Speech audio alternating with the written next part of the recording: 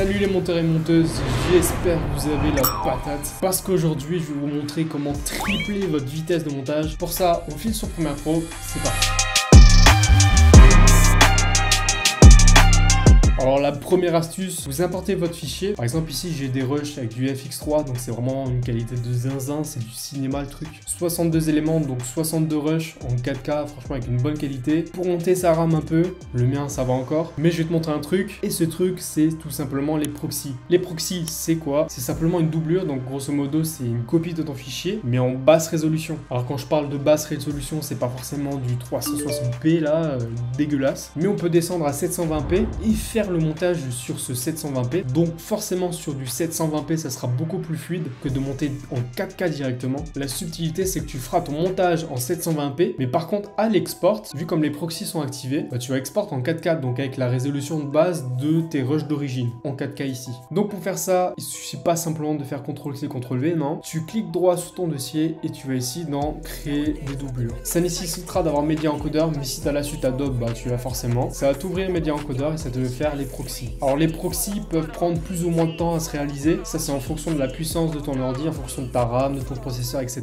Mais vaut mieux perdre 1 heure, 2 heures, voire 3, ou je sais pas, tu lances ça la nuit et basta. Et après tu verras, tu vas gagner un temps monstre sur tes montages parce que ça sera fluide comme never. Et là tu pourras cliquer partout comme un zinzin. Donc vous créez vos doublures. Ensuite, dans votre dossier, dans les proxys ici, vous avez vos rushs d'origine, mais ici en 720p, il me semble. Même pas, en 960 par 540. Et ici, vous avez directement super fluide, regardez, c'est franchement, c'est un régalouse. Et vous faites vos montages là, comme un zinzin, vous cutez ça, et c'est franchement un truc insane. Alors en plus, c'est cadeau, je te file 2-3 astuces. Même si vous montez en 4K ou avec les proxys, ici, vous avez, on va dire, la résolution de lecture. Si vous faites en intégrale, vous aurez la résolution de votre proxy. Donc ici, c'est 960, donc on s'en fout, c'est quand même fluide. Par contre, si vous êtes en 4K, vous pouvez simplement réduire la résolution de lecture en 1/8, parce qu'en 4K, tu peux diviser par 1/8, je crois. Si je dis pas de conneries, s'il y a des puristes, je vais me faire taper dessus. Donc vous pouvez mettre en 1/8 et la vitesse de lecture, simplement, dans votre timeline sera beaucoup plus rapide. C'est pas un truc de zinzin non plus, ça remplace pas les proxys, effectivement, mais c'est franchement, franchement, ça dépanne. Alors ici, vous avez un petit outil, c'est pour simplement activer votre proxy. Si vous l'avez pas activé, le proxy il s'active pas et là vous avez la résolution des 4K et vous pouvez voir que ça bug déjà. Donc moi je vais réactiver